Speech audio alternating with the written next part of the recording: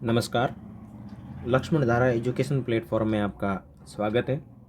और हमारा राजस्थान अध्ययन की सीरीज़ में आज अपन राजस्थान अध्ययन के पार्ट 2 अर्थात राजस्थान अध्ययन के भाग 2 में कक्षा 7 की राजस्थान के अध्ययन की बात करेंगे। और आज अपन राजस्थान अध्ययन कक्षा 7 के प्रथम अध्याय के बारे में जानकारी प्राप्त करेंगे। और यहाँ आपकी कक्षा 7 के राजस्थान अध्ययन में कितने अध्याय हैं? तो कुल 9 अध्याय हैं, जिसमें से प्रथम अध्याय की अपन आज चर्चा करने वाले हैं। और आपके 10वां अध्याय है जो एक परिशिष्ट है, अर्थात महात्मा गांधी जी के बारे में सामान्य एक कहानी के माध्यम से जानकारी दी गई है। तो अपन शुरुआत करते हैं। इससे पहले कुछ सामान्य जानकारियाँ। यहाँ आपको जो कंटेंट दिखाया जा रहा है, इसकी पीडीएफ प्राप्त करने के लिए आप लक्ष्मण धारा एजुकेशन प्लेटफॉर्म के कमेंट सेक्शन या फिर अबाउट सेक्शन जो है वहाँ जाके आप इसकी पीडीएफ प्राप्त कर सकते हैं। और यहाँ आपके राजस्थान अध्ययन की वे सभी जानकारियाँ समाहित की हुई है जो अपने एक कॉम्पिटिटिव एग्ज़ाम के लिए इम्पोर्टेंट होती हैं। और इस क्लास को जो बच्चे अभी 7th क्लास में अध्ययन कर रहे हैं वो भी देख सकते हैं, उनके लिए भी हेल्पफुल है। और जो कॉम्पिटिटिव एग्ज़ाम की तैयारी करते हैं उनके लिए तो बहुत ही ज़्यादा हेल्पफुल है। तो चलिए शुरुआत करते हैं। आज का अपना अध्याय जो है प्रथम अध्याय है, जिसका नाम है वन्य जीव एवं संरक्षण। वन के अंदर जो जीव है उनका संरक्षण के लिए क्या क्या नियम बनाए गए हैं वो भी अपन इसमें पढ़ने वाले हैं। तो शुरुआत करते हैं। सबसे पहले राजस्थान के कुल क्षेत्रफल का लगभग 10वां भाग जो है वो वन क्षेत्र के अंतर्गत आता है। और राज्य में सर्वाधिक वन उदयपुर में तथा सबसे कम वन चूरू जिले में पाए जाते हैं। ये सबसे इम्पोर्टेंट कि राजस्थान राज्य में सबसे अधिक जो वन है, यानी सबसे ज़्यादा वन उदयपुर में है तथा सबसे कम चूरू जिले में है। क्यों है? क्योंकि राजस्थान के अंदर उदयपुर जो दक्षिणी क्षेत्र में पड़ता है वहाँ पे वर्षा की मात्रा है वो अधिक है। और चूरू जो है वो राजस्थान का सबसे गर्म जिला है और ये पश्चिमी मरुस्थलीय अर्थात शुष्क प्रदेश में पड़ता है, इसलिए चूरू के अंदर सबसे कम वन है तथा उदयपुर के अंदर सबसे ज़्यादा है तथा अधिक वन है। उसके बाद में आगे बात करें, ये जो वन है इन वनों को 3 भागों में विभाजित किया जाता है। राजस्थान में पाए जाने वाले वनों को 3 भागों में विभाजित किया जाता है। कौन कौन से? पहला आरक्षित वन, दूसरा सुरक्षित वन, तीसरा अवर्गीकृत वन। राजस्थान में वनों को 3 भागों में विभाजित किया जाता है। आरक्षित वन, पहला आरक्षित वन, दूसरा सुरक्षित वन और तीसरा अवर्गीकृत वन। ठीक है, अब इनकी विशेषताएं क्या क्या है देखो। आरक्षित वन जो है वो सरकारी नियंत्रण के अंतर्गत आता है और ये कुल वन का 1/3 भाग है। और यहाँ पशु चारना तथा लकड़ी काटना प्रतिबंधित है। यहाँ आप पशु चराने नहीं जा सकते, अर्थात आप अपनी भेड़ बकरियां लेके वहाँ चराने के लिए नहीं जा सकते, क्योंकि यहाँ पे सरकार के द्वारा पूर्ण प्रतिबंधित किया जाता है। और वहाँ से आप लकड़ी भी काट के नहीं ला सकते। और ये कुल वन क्षेत्र का 1/3 भाग आता है। और दूसरे नंबर पे बात करें तो सुरक्षित वन भी सरकारी नियंत्रण में रहते हैं और ये कुल वन के लगभग आधे से अधिक भाग पर पाए जाते हैं। और यहाँ आप पशु नहीं चरा सकते और लकड़ी भी नहीं काट सकते।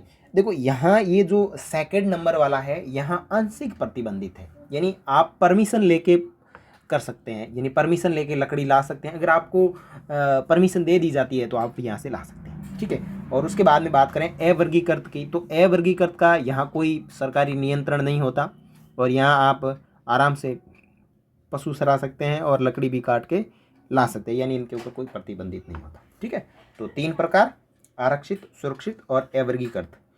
ठीक है ना, तो तीनों को आपको इनकी विशेषता याद रखनी है। अंतर पूछा जा सकता है या फिर आपको मिलान वाला प्रश्न भी दे दिया जा सकता है। ठीक है, अब आगे बात करें तो यहाँ वनस्पति को प्रभावित करने वाले कारक दिए हुए हैं, यानी ये जो पेड़ पौधे हैं इनको प्रभावित करने वाले कारक कौन से हैं? तो सबसे पहले है धरातलीय स्वरूप, यानी धरातल की बनावट कैसी है। अगर कंकड़ पत्थर है तो वहाँ पेड़ पौधे कम होंगे, और अगर उपजाऊ और अच्छी मिट्टी है या फिर नदी के आसपास का जो क्षेत्र है तो ये धरातलीय स्वरूप हो गया, तो वहाँ पेड़ पौधे अधिक होंगे। उसके बाद में बात करें जलवायु की, अगर जलवायु अच्छी है अर्थात वर्षा की मात्रा टाइम पर हो रही है और पेड़ पौधों के लिए अनुकूल जलवायु है तो वहाँ पेड़ पौधे अधिक होंगे अर्थात वनस्पति अधिक होंगी। और जैसे कहीं रेत ही रेत है, पूरी रेत पड़ी है और कुछ भी अंदर बारिश वगैरह नहीं हो रही है तो वो वहाँ पे क्या है, जलवायु अनुकूल नहीं है, प्रतिकूल जलवायु है। तो प्रतिकूल जलवायु के अंदर वनस्पति नहीं उगेगी। उसके बाद में बात करें वर्षा की मात्रा, तो ये प्रभावित करने वाला प्रमुख कारण है, क्योंकि किसी भी जीव को जीवित रहने के लिए पानी की आवश्यकता होती है। तो कहता है ना, जल है तो कल है, जल है तो जीवन है, उसी प्रकार। उसके बाद में बात करें मिट्टी की, तो मिट्टी भी बहुत ही महत्वपूर्ण है, इसलिए वनस्पति को प्रभावित करने वाले कारकों में प्रमुख 4 कारक है जो वनस्पति को प्रभावित करते हैं। ठीक है, और आगे बात करें तो अरावली जो है वो राजस्थान को 2 भागों में बांटती है। तो देखिए क्या चीज़ है अरावली, कैसे 2 भागों में बांटती है। ये राजस्थान का मानचित्र है, आपने देखा होगा, नहीं देखा तो अभी देख लीजिए। और राजस्थान के मानचित्र के अंदर यहाँ से ऐसे अरावली का विस्तार है, यानी ये जो क्षेत्र है इतना इतना ऐसे, इन क्षेत्रों के अंदर क्या है, अरावली है। ठीक है ना, यहाँ जितने भी ज़िले आते हैं इन ज़िलों के अंदर क्या अरावली है। तो अरावली राजस्थान को 2 भागों में बांट रही कि नहीं बांट रही? देखो बांट रही है ना। इधर तो आपका पूर्वी राजस्थान, ये इधर पूर्वी राजस्थान, इधर ये पश्चिमी राजस्थान, पूर्वी और पश्चिमी भाग में बांट रही है ना। तो अरावली राजस्थान को 2 भागों में विभाजित करती है। अब आगे देखिए, उष्णकटिबंधीय वन, या फिर बात करें कि भौगोलिक दृष्टि से राजस्थान के वनों का वर्गीकरण, ये भौगोलिक दृष्टि है, इससे राजस्थान में जो वन पाए जाते हैं उनका वर्गीकरण कैसे किया गया है। तो पहला वर्गीकरण है उष्णकटिबंधीय कंटीले वन, अर्थात उष्ण कटिबंधीय या फिर इनको कंटीले वन भी कहा जा सकता है। तो कंटीले वन कहाँ पाए जाते हैं? तो ये राजस्थान के शुष्क एवं अर्ध शुष्क भाग में पाए जाते हैं। तो मैं सीधा इस मैप के ऊपर आके आपको समझा देता हूँ। ये पश्चिमी क्षेत्र है और ये जो अरावली है, और इस अरावली के इस पश्चिमी भाग के अंदर यहाँ से इन क्षेत्रों के अंदर ये पाए जाते हैं वन। और इन्होंने क्या नाम दिया, यहाँ पे इन्होंने नाम दिया है शुष्क एवं अर्ध शुष्क। ठीक है, तो यहाँ कुछ भाग है वो क्या है, बिल्कुल शुष्क है, कुछ भाग यानी ये जो भाग है, यानी यहाँ से ये वाला जो भाग है ये क्या है, अर्ध शुष्क है। ठीक है ना। तो उष्णकटिबंधीय तथा कंटीले वन जो है वो कहाँ पाए जाते हैं, शुष्क तथा अर्ध शुष्क भाग में पाए जाते हैं, यानी पश्चिमी राजस्थान में जो भी ज़िले आते हैं उनके अंदर पाए जाते हैं। और ज़िलों की बात करें तो यहाँ नागौर, बाड़मेर, जोधपुर, सीकर, झुंझुनू, जालोर आदि ज़िले इनमें शामिल है। अगर आपको ज़िले याद नहीं रहते हैं तो आप उष्णकटिबंधीय वन याद रख सकते हैं। ठीक है, इन वनों में झाड़ियाँ एवं कंटीले वन पाए जाते हैं। यहाँ जो ये वन है यहाँ पे इनकी विशेषता ये है कि ये झाड़ी के रूप में आपको ज़्यादा देखने को मिलेंगे, और दूसरा ये है कि इनके ऊपर कांटे लगे हुए आपको देखने को मिलेंगे, जैसे बेर की झाड़ी होगी और बेर की झाड़ी के ऊपर कांटे लगे हुए आपको मिलते हैं।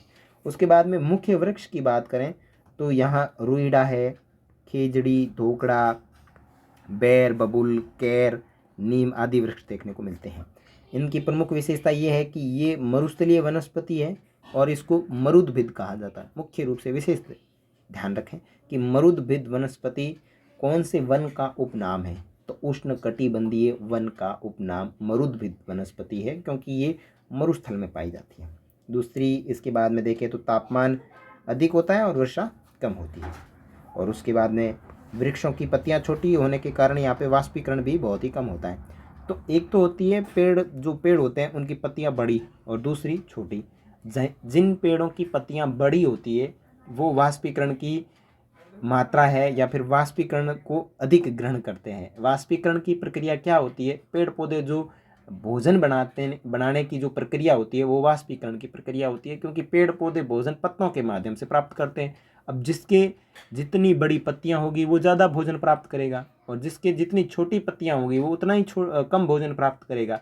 तो पश्चिमी राजस्थान में बारिश कम होती है तो यहाँ के जो पेड़ पौधे हैं इनकी पत्तियाँ क्या बहुत छोटी होती है, यानी कांटों के रूप में होती है, तो यहाँ वाष्पीकरण की मात्रा भी क्या होती है, कम होती है। और यहाँ के जो पेड़ पौधे हैं इनकी जड़ें बहुत ही गहरी होती है। क्यों? क्योंकि यहाँ ज़मीन के काफ़ी नीचे से पानी प्राप्त करना पड़ता है इनको, क्योंकि यहाँ बारिश की मात्रा कम होती है। यहाँ इस क्षेत्र में खेजड़ी बहुत ही उपयोगी वृक्ष है और खेजड़ी को राजस्थान में कल्प वृक्ष की संज्ञा दी गई है। और यहाँ राज्य वृक्ष भी है। ये जो खेजड़ी है इसको राज्य वृक्ष भी कहा जाता है और राजस्थान का कल्प वृक्ष भी कहा जाता है। उसके बाद में रोहिड़ा यहाँ की प्रमुख वनस्पति है, जिसका फूल जो है वो राजस्थान का राज्य पुष्प है। और यहाँ सेवण घास पाई जाती है जो अत्यंत पौष्टिक घास है, जो जैसलमेर में देखने को मिलती है। अपन ने बात की उष्णकटिबंधीय वन की विशेषता के बारे में देखा, विस्तार के बारे में देखा और कौन कौन से मुख्य वृक्ष हैं वो भी बात की। फिर अपन ने कुछ विशेषता देखी कि बारिश अधिक होती है, तापमान अधिक रहता है, बारिश कम होती है और तापमान अधिक रहता है, वाष्पीकरण बहुत कम होता है, जड़ें बहुत गहरी होती हैं, कौन सा वृक्ष उपयोगी है, कल्प वृक्ष देखा, राज्य वृक्ष देखा, राज्य पुष्प देखा और यहाँ पे घास देखी। इसके बाद में आगे बात करें तो दूसरे नंबर पे जो आता है वो है उष्णकटिबंधीय शुष्क पतझड़ वन। कौन सा वन? उष्णकटिबंधीय शुष्क पतझड़ वन। ये कहाँ पाया जाता है? तो ये बांसवाड़ा, डूंगरपुर, उदयपुर, चित्तौड़गढ़, कोटा, बारा, झालावाड़, अलवर, अजमेर, जयपुर, सवाई माधोपुर, करौली, बूंदी और टोंक। अब इतने तो आपको याद रहेंगे नहीं, तो याद नहीं रहेंगे तो क्या करेंगे, मैं हूँ ना आपको समझाने के लिए। तो देखो, ये जो अपन ने पतझड़ वन की बात की, पतझड़ वन कहाँ पाए जाते हैं, तो आपको सिर्फ और सिर्फ यहाँ ये याद रखना है, ये जो राजस्थान का मानचित्र है, यहाँ जो क्षेत्र है वो पूर्वी क्षेत्र है और यहाँ जो क्षेत्र है वो दक्षिणी क्षेत्र है। ठीक है। अब ये जो अपन ने पतझड़ वाले वनों की बात की है, तो इन वनों का जो विस्तार है वो यहाँ से लेकर ऐसे है, यानी यहाँ इन क्षेत्रों में जो भी जिले आएंगे वहाँ उष्णकटिबंधीय पतझड़ वन पाए जाते हैं। तो मैं इनको दक्षिणी पूर्वी राजस्थान कह सकता हूँ ना, कि दक्षिणी पूर्वी राजस्थान में उष्णकटिबंधीय या फिर उष्णकटिबंधीय शुष्क पतझड़ वन पाए जाते हैं। अगर आपको इतने जिले याद नहीं रहते, सिर्फ इतना याद रख लो, दक्षिणी पूर्वी राजस्थान के अंदर उष्णकटिबंधीय शुष्क पतझड़ वन पाए जाते हैं। और यहाँ अगर मैंने बात की यहाँ वाले, यहाँ पे कौन से पाए जाते हैं वन, तो यहाँ पे पाए जाते हैं उष्णकटिबंधीय कंटीले वन पाए जाते हैं। और कौन सी दिशा है, तो पश्चिमी दिशा है। ठीक है ना, राजस्थान की पश्चिमी दिशा के अंदर तो उष्णकटिबंधीय कंटीले वन, और राजस्थान के दक्षिणी पूर्वी राजस्थान में राजस्थान के उष्णकटिबंधीय शुष्क पतझड़ वन पाए जाते हैं। और इन वनों की बात करें तो यहाँ पे प्रमुख सागवान, बरगद और तेंदू भाई साहब वो पेड़ है जिसके पत्ते से बीड़ी बनाई जाती है। सालर है, महुआ है, धौक है, ढाक है, सौल है, सीताफल है, आंवला है, बांस, नीम आदि अपने को देखने को मिलते हैं। आगे बात करें तो इन वनों की विशेषता में यहाँ के जो वन पाए जाते हैं इनकी लकड़ियाँ बहुत मजबूत होती हैं और इनकी प्रमुख विशेषता ये है कि ये गर्मी के मौसम में अपनी पत्तियाँ गिरा देते हैं, इसलिए इनको पतझड़ वन कहा जाता है। तो विशेषता में मैंने बात की उष्णकटिबंधीय जो कंटीले वन थे वहाँ की विशेषता ये थी कि उनके पेड़ों की जो पत्तियाँ हैं वो बहुत छोटी होती हैं और जड़ें बहुत ही गहरी होती हैं। ठीक है ना। और इधर बात करें तो इनकी लकड़ियाँ मजबूत होती हैं और ये गर्मी के मौसम में अपनी पत्तियों को गिरा देते हैं। आगे बात करें अर्ध उष्ण कटिबंधीय सदाबहार वन, कौन से वन की बात की जा रही है? अर्ध उष्ण कटिबंधीय सदाबहार वन।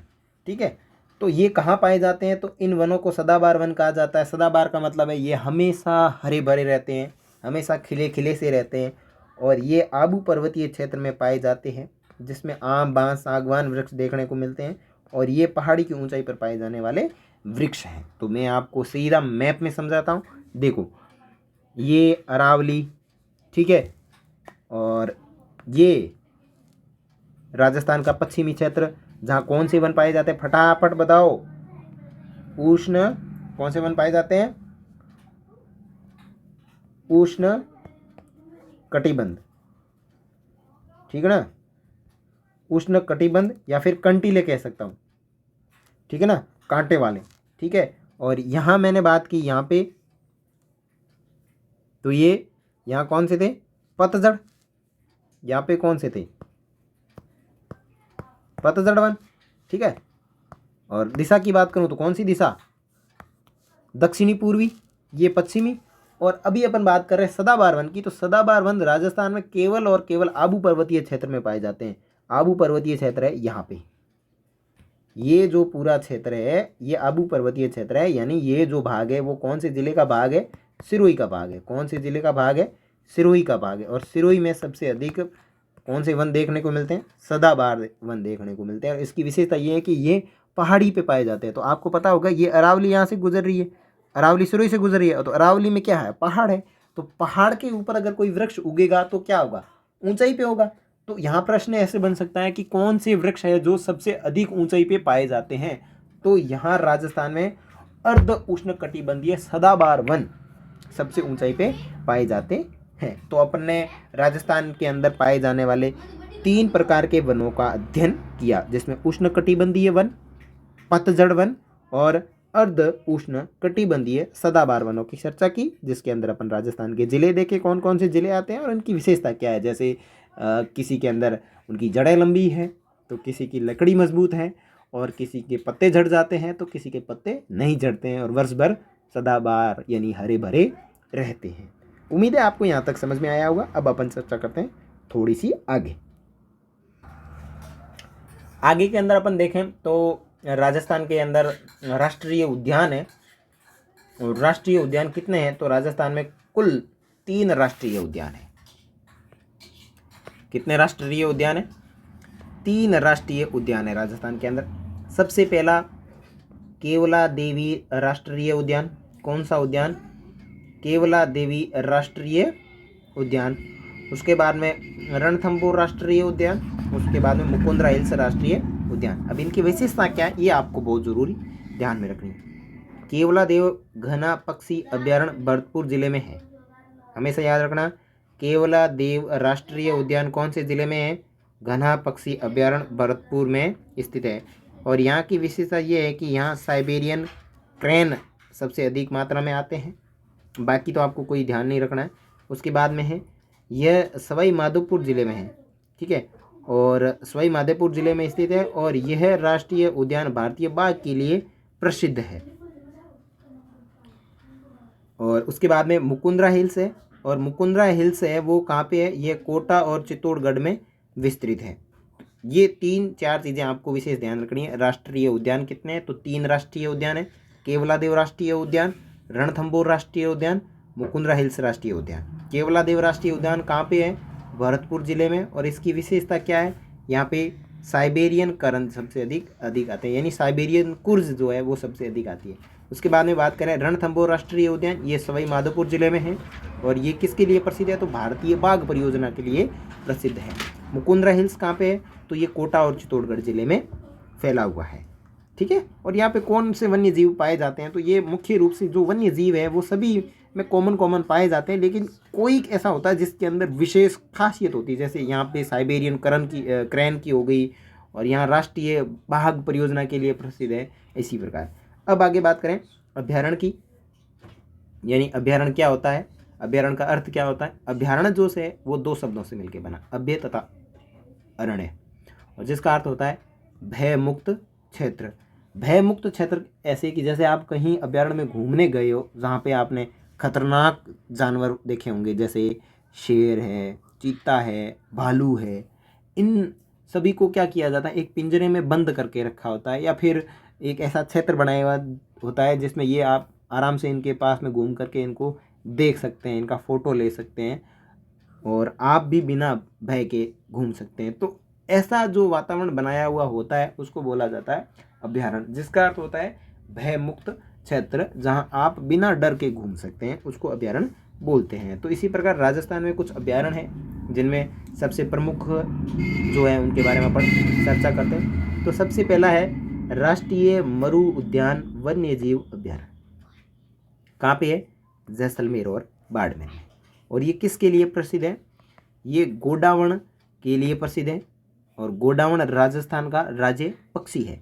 और गोडावण कहाँ पाया जाता है सबसे अधिक, तो ये पाया जाता है जैसलमेर में। और जैसलमेर में भी कौन सी घास, जो अपन ने थोड़ी देर पहले अध्ययन किया था, सेवण घास, जो सेवण घास होती है इनकी जड़ों के अंदर गोडावण पक्षी के अंडे होते हैं या अपने अंडे देते हैं, इसलिए गोडावण घास को सेवण घास को गोडावण पक्षी की शरण स्थली माना जाता है। तो राष्ट्रीय मरु उद्यान जैसलमेर और बाड़मेर, और यहाँ वन्य जीव जो फेमस है वो है गोडावण। ठीक है। उसके बाद में केला देवी वन्य जीव अभ्यारण्य। केला देवी सबकी देवी, तो कैसे करौली में और सबकी मतलब सवाई माधोपुर में। केला देवी वन्य जीव अभ्यारण्य कहाँ पे, सवाई माधोपुर में और करौली में। ठीक है। और यहाँ कौन से वन्य जीव पाए जाते हैं ये सब याद रखने जरूरी नहीं है। उसके बाद में कुंभलगढ़, कौन सा गढ़, कुंभलगढ़ वन्य जीव अभ्यारण्य। कुंभलगढ़ वन्य जीव अभ्यारण्य राजसमंद, पाली और उदयपुर। कितने जिलों में विस्तृत है, 3 जिलों में। उसके बाद में फुलवारी की नाल वन्य जीव अभ्यारण्य उदयपुर में। सरिस्का वन्य जीव अभ्यारण्य अलवर के अंदर। टोडगढ़ रावली वन्य जीव अभ्यारण्य राजसमंद, अजमेर, पाली में। ठीक है। और फिर है सीता माता वन्य जीव अभ्यारण्य जो 3 जिलों में विस्तृत है, प्रतापगढ़, चित्तौड़गढ़ और उदयपुर में। इसकी प्रसिद्ध विशेषता ये है कि यहाँ पे उड़न गिलहरी पाई जाती है। एकमात्र ऐसा अभ्यारण्य जहाँ पे उड़न गिलहरी पाई जाती है तो सीता माता अभ्यारण्य। एकमात्र ऐसा अभ्यारण्य जहाँ पर राजस्थान का राज्य पक्षी गोडावण पाया जाता है तो कौन सा, जैसलमेर और बाड़मेर में विस्तृत मरु वन्य जीव अभ्यारण्य। ठीक है। और आगे बात करें माउंट आबू वन्य जीव अभ्यारण्य की, तो ये सिरोही जिले में विस्तृत है। और यहाँ की सबसे विशेषता ये है कि यहाँ पे जंगली मुर्गा पाया जाता है, या फिर जंगली मुर्गे के लिए प्रसिद्ध माउंट आबू वन्य जीव अभ्यारण्य। फिर बात करें रामगढ़ विषधारी वन्य जीव अभ्यारण्य, कहाँ पे, वह फॉर बूंदी में। और विषधारी का मतलब यहाँ हुआ कि यहाँ पे विषधारी सांप पाए जाते हैं। उसके बाद में बात करें जमवा रामगढ़ वन्य जीव अभ्यारण्य, कहाँ पे, जयपुर के अंदर। जमवा जैसे जयपुर, जैसे जमवा रामगढ़ वन्य जीव अभ्यारण्य जयपुर के अंदर पाया जाता है या फिर विस्तृत है। उसके बाद में बात करें राष्ट्रीय चंबल घड़ियाल वन्य जीव अभ्यारण्य, कोटा, सवाई माधोपुर, करौली, धौलपुर, चंबल के नदी के किनारे जो जिले स्थित है यहाँ पे यह राष्ट्रीय चंबल घड़ियाल वन्य जीव अभ्यारण्य भी विस्तृत है। ठीक है। और आगे बात करें तो इस मैप के अंदर अपन ये सारे देखेंगे वन्य जीव अभ्यारण्य। इससे पहले मैं आपको कुछ वन्य जीव अभ्यारण्य और है नीचे, उनको भी बता देता हूँ। देखो यहाँ इसके अतिरिक्त भी राजस्थान में कुछ अन्य वन्य जीव अभ्यारण्य है, उनके बारे में अपन चर्चा करते हैं। और अभ्यारण्य का मतलब क्या होता है, फटाफट आप मुझे कमेंट करके बताओ कि अभ्यारण्य किसे कहते हैं। ठीक है। यहाँ इसके अलावा अभ्यारण्यों की बात करें तो जवाहर सागर अभ्यारण्य कहाँ है, कोटा, बूंदी और चित्तौड़गढ़ में है। फिर बंद बरेठा वन्य जीव अभ्यारण्य भरतपुर के अंदर है। भैंसरोडगढ़ वन्य जीव अभ्यारण्य और बस्सी वन्य जीव अभ्यारण्य चित्तौड़गढ़ के अंदर है। और सवाई मानसिक वन्य जीव अभ्यारण्य और सवाई माधोपुर वन्य जीव अभ्यारण्य सवाई माधोपुर में, ये सवाई माधोपुर। ठीक है। फिर वन विहार वन्य जीव अभ्यारण्य और राम सागर वन्य जीव अभ्यारण्य और केसर बाग वन्य जीव अभ्यारण्य, ये तीनों धौलपुर के अंदर है। जयसमंद वन्य जीव अभ्यारण्य, सज्जनगढ़ वन्य जीव अभ्यारण्य उदयपुर के अंदर है। नाहरगढ़ वन्य जीव अभ्यारण्य जयपुर के अंदर है और जो नाहरगढ़ का किला है ना उसके आसपास के क्षेत्र में। और शेरगढ़ वन्य जीव अभ्यारण्य बारां के अंदर। ताल छापर वन्य जीव अभ्यारण्य चूरू के अंदर। बताओ चूरू की विशेषता क्या है, अपन ने सबसे पहले ही पढ़ा था चूरू की विशेषता और उदयपुर की विशेषता। बताओ चूरू की विशेषता क्या है। राजस्थान में रणथंभौर, सरिस्का एवं मुकुंदरा हिल्स बाघ संरक्षण के लिए प्रसिद्ध है। और दूसरा बताओ बाघ, भारतीय बाघ के लिए कौन सी, भारतीय बाघ परियोजना के लिए कौन सा राष्ट्रीय उद्यान प्रसिद्ध है वो भी बताओ। उसके बाद में देखो केवला देव राष्ट्रीय उद्यान और सांबर झील वेटलैंड तथा नम भूमि स्थल के लिए प्रसिद्ध माने जाते हैं जहां प्रवासी पक्षी सबसे अधिक आते हैं। केवला देव राष्ट्रीय उद्यान और सांबर झील ये नम भूमि क्षेत्र है। रणथंभौर और सरिस्का और मुकुंदरा हिल्स ये बाघ संरक्षण परियोजना के लिए प्रसिद्ध है। और राजस्थान में वन्य जीव की श्रेणी में तो सिंकारा जो है वो राजस्थान का राज्य पशु है। और पालतू पशु की श्रेणी में बात करें तो ऊंट राजस्थान का राज्य पशु है। तो राज्य पशु 2 है, वन की श्रेणी में देखें तो सिंकारा है, और पालतू पशु की श्रेणी में देखें तो ऊँट है। ठीक है, तो ये थी प्रमुख विशेषताएं, और आप इन सभी अभ्यारण्यों को याद रखें कि कौन सा किस ज़िले में स्थित है और कौन से की क्या विशेषता है। और आगे के पार्ट में अपन चर्चा करेंगे वन्य जीव अभ्यारण्यों को मैप में देखेंगे कि उनकी स्थिति कहाँ पर है, और उसके बाद में अपना जो भी आगे का पार्ट 2 रहेगा जिसमें प्रमुख रूप से अपन बात करने वाले हैं वन संरक्षण से संबंधित, यानी कौन सी नीति कब बनी, किस तरीके से, इसके बारे में बात करेंगे। तब तक के लिए नमस्कार, धन्यवाद। अगर आपको मैटर अच्छा लगे तो लाइक करें, शेयर करें, सब्सक्राइब करें और अपने दोस्तों के साथ में शेयर करें। ठीक है, और इस वीडियो के अंदर आपको जो कंटेंट दिखाया गया है इसकी PDF प्राप्त करने के लिए लक्ष्मण धारा एजुकेशन प्लेटफॉर्म के कमेंट सेक्शन के अंदर जाएं, आपको इस वीडियो का कमेंट सेक्शन दिख जाएगा, वहाँ पे इसकी PDF लिंक प्रोवाइड करवा दी जाएगी।